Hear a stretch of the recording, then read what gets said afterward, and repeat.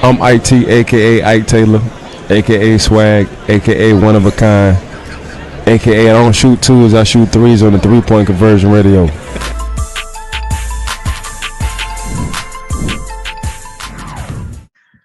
First, praise my Lord and Savior Jesus Christ. It feels amazing, man. I tell these guys all the time, they can be a part of a lot of history over here. Just from the way we've been doing things to the opportunities that we can create and mold our culture into. We always talk about what a culture is, and always emphasizes at the beginning of the year is what we make it. The 15 guys we have in the locker room, it's what we come in and do and hold each other accountable, and what we come in and do on the floor. Together as a unit. So we create that atmosphere, and we're just having fun, man. We embrace each other on the daily, and it's amazing to be where we are. But like we always say, we have that humble and hungry mentality. Like, we haven't scratched the surface yet. We still got a lot to improve and be better at. Gotta ask, what happened with you and that fan? Got into it with a fan today? Yeah, man, I had to get him to exit the stage left. Oh, to the left, to the left. See Everything. Nah, man, it's just I understand it's a heated situation. I understand the you cheering for your team and stuff like that, man. But leave it there. Leave it just cheering for your team. Because once you start to talk to us and then we retaliate to us, we get fined. Nobody says nothing to the fan. The fan continues to keep coming and be able to say whatever he wants freely.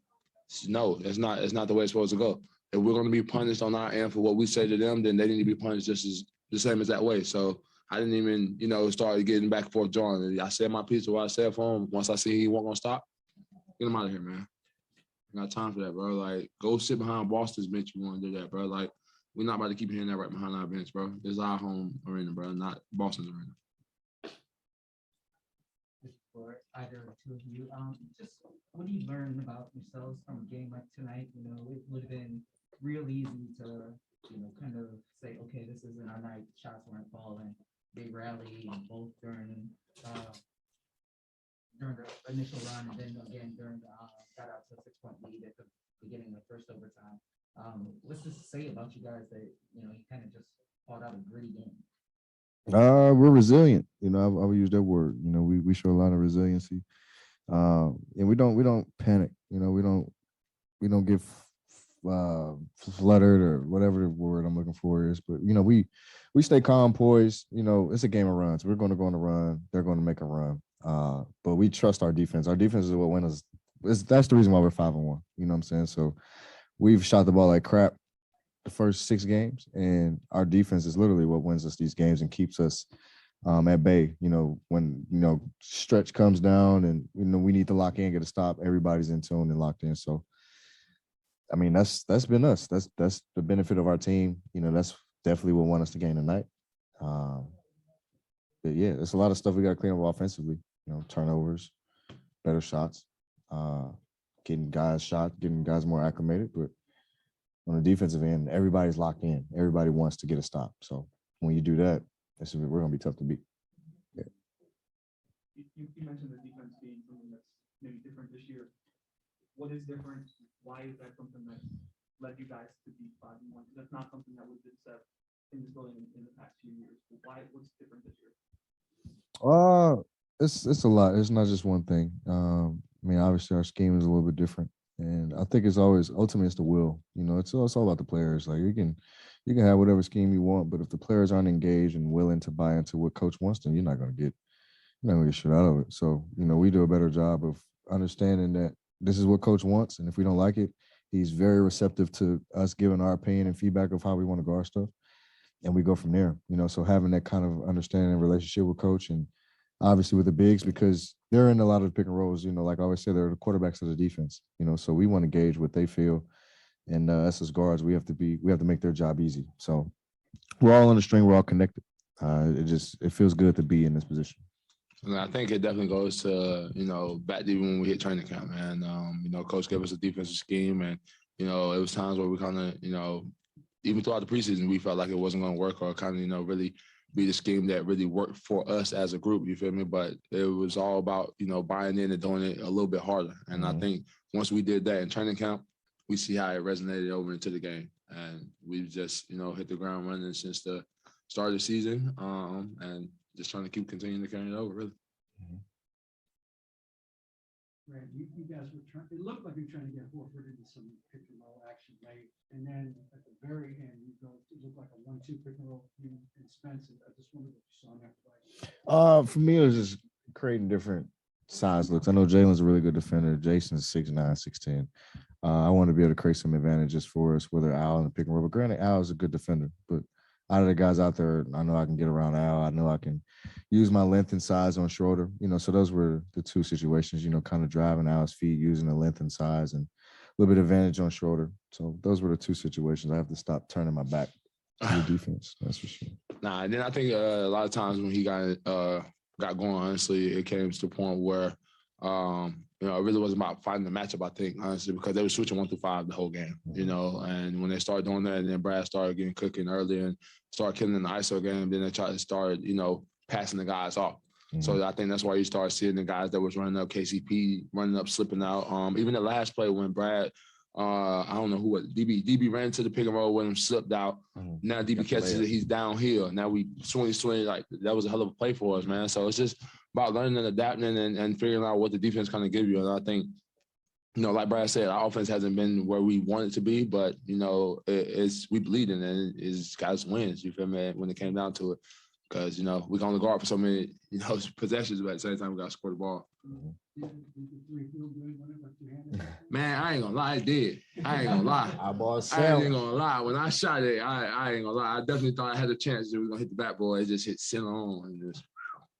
I told my lady, my people today was gonna be a good day, man. Oh, you had your folks there today. Yeah. Homegrown family come down, my AU kids got to come to see me at the game, man. It was just a great blessing. I'm actually glad I could do that for them, man. And it's something that kids from around my area and from around where we grow up, we don't supposed to see stuff like that. So for them to actually come up and their family be here and them actually be able to come and support me to the game, man, it's a big accomplishment. And I just owe it all to my manager, man, Terrence Taylor. He's an amazing guy, man, and backbone of my family for a lot of things. Tell Terrence to bring his ass on up to St. Louis. We're gonna tap them boys. What's up? You sound good. We're gonna tap them boys. John done smelt some CP3 done smelt it. Robert Belton team done smelt it. I mean, we're good. Hey, we ain't from North Carolina. So don't be you naming all Carolina teams like we. Listen, do one of those crazy. My team is the only team that went to that Nike Elite and then in the A. Okay. And we won it. Okay. One thing I know about my team always in that. Nike team now. We always in that championship. Hey, we ain't on Nike team. We always in the championship. Hey, I know that. I know my team in the ship. Hey, you see Trez? Dog. I hear you. That was them little ones. What you think my guys are? Little dog puppies, boy. Man, finesse king. I'm trying to tell you, boy. Man. I don't know if you want that smoke. Just wait. Okay. Wait, we got to set that one. I got league guys. Right? Beal Elite versus Trez. Raptors. Okay, we don't run from no smoke. Boys lace them up, man. We don't run from no smoke. That's good. You can go see my boys after this. They'll tell you themselves. We don't run from no smoke. Okay. I'm trying to figure out. Say less. BB, I heard that. You heard it. Speak. All right, we'll go to Zoom, guys. Go ahead, Neil. Hey, Trez, can you take us through the alley-oop that Spencer threw to you and that you finished over Cantor? Yeah, done today. Nice little body. Hey, honestly, I just hit the pick and roll, got into it in a quick sprint and didn't really give them time to kind of react, kind of had their indecision kind of in between.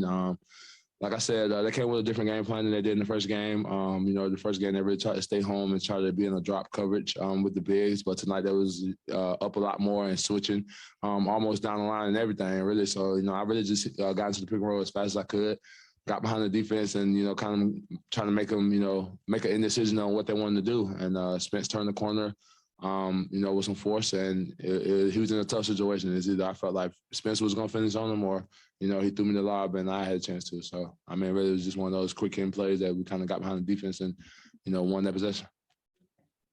Thanks, Trez. And Brad, for you, how did you see the offense change potentially, late in the fourth quarter into overtimes? It seemed like the ball stuck a little bit more. Was that an adjustment that the Celtics made, or how did you see that play out? We gotta be better at that. That's been kind of our Achilles heel. We when teams get to switch and we like to try to go ISO a little bit too much, and we gotta stop that. Like we got to keep getting our shooters involved. Like Casey, I told KCP, I said I did a horrible job of getting you shots tonight. You know, so we got to keep our shooters involved, Davis involved, get them good looks, send them good screens, keep them engaged because they worked their tail off on the other end. So you got to reward everybody, even Kuz down the stretch too. So I mean, just keeping everybody engaged and involved in the game. But I mean, there's growth in a lot of ways too, because in years past we wouldn't close out, the way we did tonight. So I've definitely learned a lot over the last few years and understood, what some go-to plays can be for me and for the team, and how we can get good shots out of it. So like I said before, granted, defense is what propelled us to be able to get good looks on offense again. And Brad, are you partaking in any of the 101 Dalmatians costumes with your kids? You see, I missed the memo. I ain't get the call this morning, so no Dalmatian for me. No Dalmatian for me. Thanks, Brad. Yes, sir. Bob.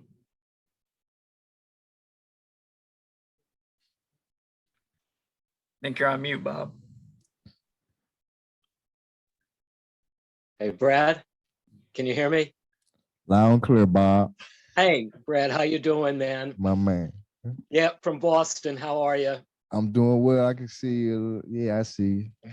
Okay. Hey, My Trez, how you doing? How you doing, brother? Good. I'm good. It's glad to see you.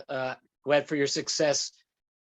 One question you can short answer. Give you a short list question answer. Brad, in the past, you talked about patience, patience, patience. What was your mindset with all the turnover that went over? And I'm happy for your success. And before, let me just get Trez. Trez, I know you had some tough times over the last couple of years, family and stuff. Did you rededicate yourself to the game over the summer with the change that you went through? Thank you, kid. For sure. Be real with you, man.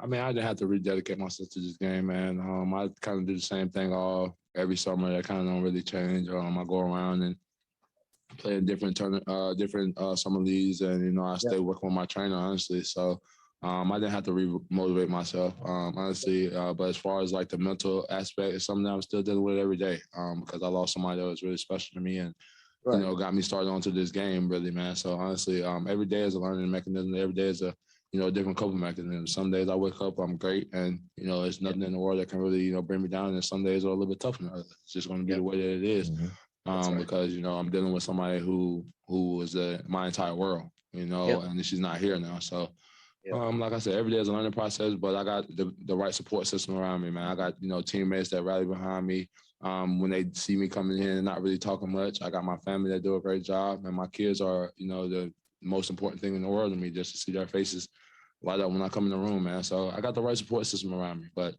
As far as like having to rededicate myself, nah. I love this game too much. I'm blessed to be able to play and call it my job, so I never take that for granted. Thank you, man. Thank you. For me, patience has been the word, even this year to an extent.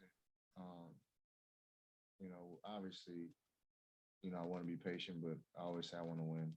I always want to be productive, and I want to win here in DC. And we've done that, obviously, so far. Granted, we're only scratching the surface, but throughout this whole process, I had to. It wasn't easy. Like, Right. It was definitely an adverse summer for me as well, on the personal side. But then just basketball wise, like I was with the USA team, so a lot of stuff I was with them, I was trying to deal with Wizard stuff too, and trying to balance that while also hearing from other players, "Oh, we want you to do this," So it was tough, especially when we didn't have a coach, so everything was kind of like, okay, what are we doing? It's up in the air. But I had a great heart-to-heart with Shep, and he laid it on the line for me, and he was honest about the whole process. He was saying it wasn't going to be a quick decision. He was going to take his time. He was going to interview a lot of people, which he did, and he ended up finding the right. He did. He interviewed about. He had me nervous for me. I know. There's a couple people names. Yeah, but he eventually, narrowed it down, and I gave him, my quick list of guys, and obviously Wes was on it. Two birds with one stone. So, I'm definitely happy for Coach, and the opportunity that he's given. He's tremendous. Yep. One, as a Thank black you, bro. man in this league, and then two, you know, he's been a part of this league for 20 plus years. He's explained it to me. He's been around for 20 plus years, and he's finally getting his first crack at being a head coach. So, you know, I tip my hat off to him for all his hard work and dedication and being part of this game, you know, and creating his own lane outside of his dad. So it's very exemplary. But you know, he's been preaching patience, you know, even with our offense, even with him, even with our new team, everything is going to be patient. Nothing's going to be perfect. Yep. Like I said before, our offense isn't crap right now, but you know, we're Yep. defending well. We're Yep. doing it collectively. So just imagine when everything starts clicking, everything's gelling, and everybody's healthy. It's going to be scary. Thank you, babe. Thank you. All right, that's a good one to wrap up on. Hey, Appreciate you guys. I like that, guys. I like Don't do that it right wrong. there. We need some names from y'all. For real, for the show, right? We need them. See, And we'll the bring show, back right? the comedy show next I know game. you behind this Yeah, thing. for the show, yeah.